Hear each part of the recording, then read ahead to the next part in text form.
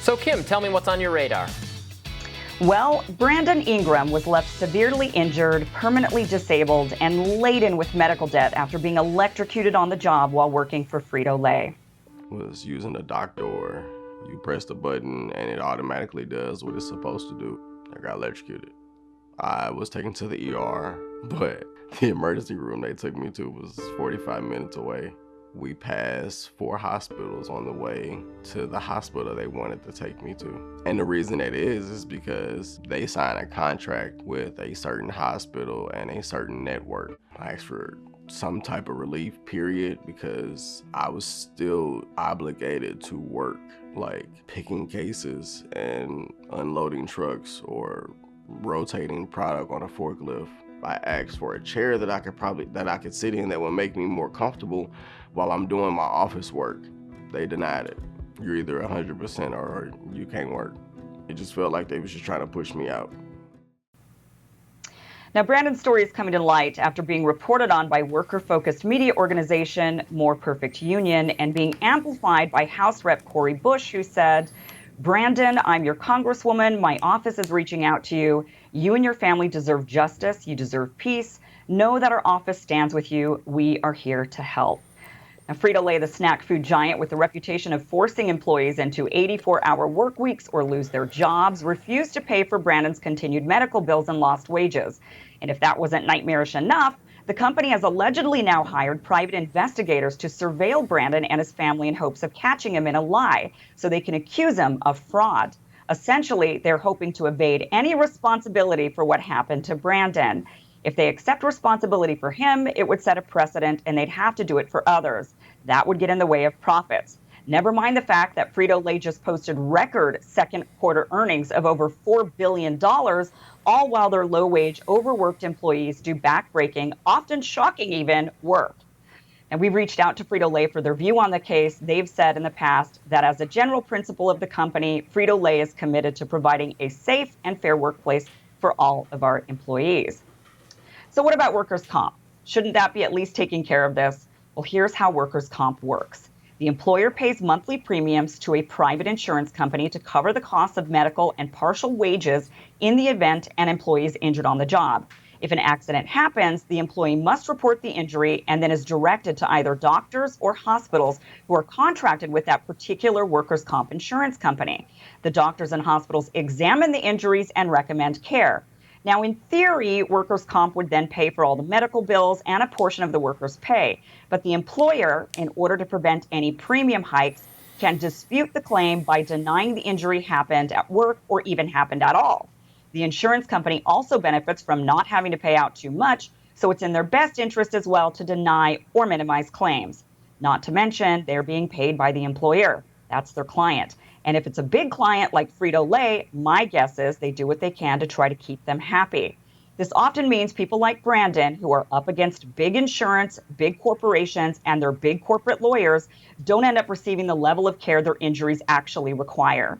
This then leaves low-wage, labor-intensive workers permanently injured, less able to maintain high-quality job performance, and thus less likely to find new work. Without a good job, they're left without insurance to even attempt to seek affordable treatment for their injuries that they sustained. It's a horrible cycle that's leaving some of our most valuable workforces vulnerable. But there's a solution to this. Though Brandon and others like him would still have to battle companies for disability and lost wages, there's one big aspect to this story that could be solved: the medical bills. The solution is single-payer health care. Yep. Single-payer healthcare would largely fix this broken system of forcing employers to pay the medical bills of their employees. If the fear of skyrocketing medical costs were no longer on the employer, then it wouldn't matter where the injury happened when the employee needs to seek medical care. Employers could focus on running companies rather than battling insurance claims and hiring PIs to follow people around. Brandon's problem of fighting a giant corporation for medical care would become a non-issue as well. If the employer has nothing to do with medical insurance and thus doesn't have to think about skyrocketing premiums, then Brandon's treatment would be between Brandon and his doctors, not Brandon and his boss or Brandon and the insurance company. Yep, we're still talking about Medicare for all. In fact, over the weekend on July 24th, people in 50 cities across the country participated in Medicare for All for rallies including Medicare for All rallies, including Representative Cori Bush, the only member of the squad to do so. And yesterday, Susan Sarandon was outside AOC's office in New York. Remember how much we're hurting. Remember how bad things are all over this country. And please do something outside the box. Please get creative. Do not play the game with Joe Biden, with the Republicans, who's basically Joe Biden. Do not play the game that they've asked you to play, because really the only way things are going to change is from the bottom up. We've seen that the top does not care. They do not care. They have their lobbyists from the insurance and from pharmaceuticals, and that's the bottom line. Now, unfortunately, the rallies didn't get much coverage, and only 100 people or so showed up to each event. People are just simply too busy right now playing catch-up on their summer vacations. And though the policy idea in some form is widely popular, unless politicians are pushed to actually pay attention to it, nothing will fundamentally change. Now, in my opinion, the biggest failure of the progressive left was to not take to the streets for Medicare for All during a global pandemic. The time to do it was last summer when the country came out en masse for George Floyd. Though shedding light on police brutality is important, when everyone in the world is literally thinking about healthcare and how to stop people from getting sick and back to work, marching in the streets by the millions for guaranteed healthcare should have been obvious, and it probably would have been effective. After all, many of the COVID hospitalizations were free to the patient, and the vaccines certainly are. But there will always be more strikes, just like Brandon's, more stories, just like Brandon's. So I'm just wondering, when will we have had enough? Robbie, what do you think?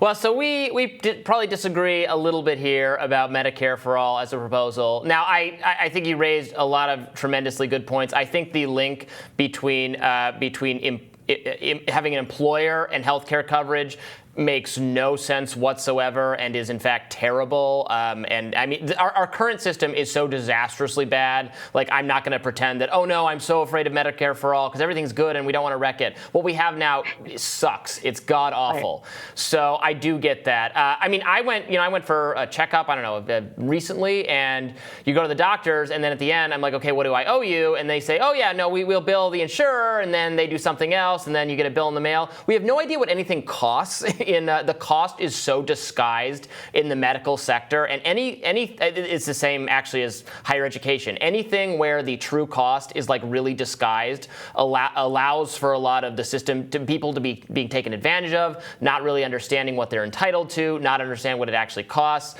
And it's a big problem. I guess my point of disagreement or my point of concern would be, after the last year, I would be very, very, very wary of just having the government be more in charge of figuring out healthcare in general. My confidence in a vast government health bureaucracy was low to begin with, and is now could not be lower, given like what the CDC and the FDA and other people have done and recommended throughout this proposal. Yeah. And I get that. And I've actually heard people who are very, very far left, who have been big advocates of Medicare for All, share similar sentiments where they fear that, that this would mean more government overreach as far as into their personal lives. They're very freedom-based. But I think there's ways around that. There's ways to fix that. There's ways to separate it from more of the politicians, because, politicians definitely make decisions based on whether or not they're going to get reelected and what their most extreme factions of their base are going to cheer at rallies about. So I think there might be a way to separate that, but certainly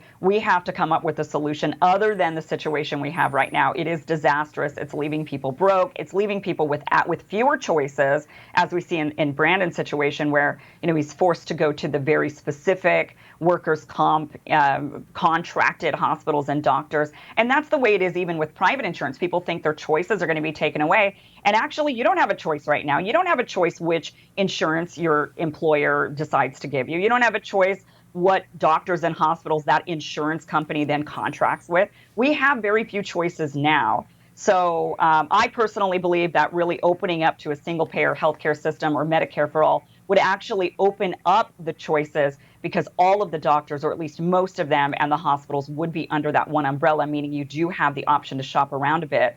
So some sort of solution has to be had, though. We just can't continue to hear stories like this. Yeah, absolutely. Team Rising joins us next. Stay with us.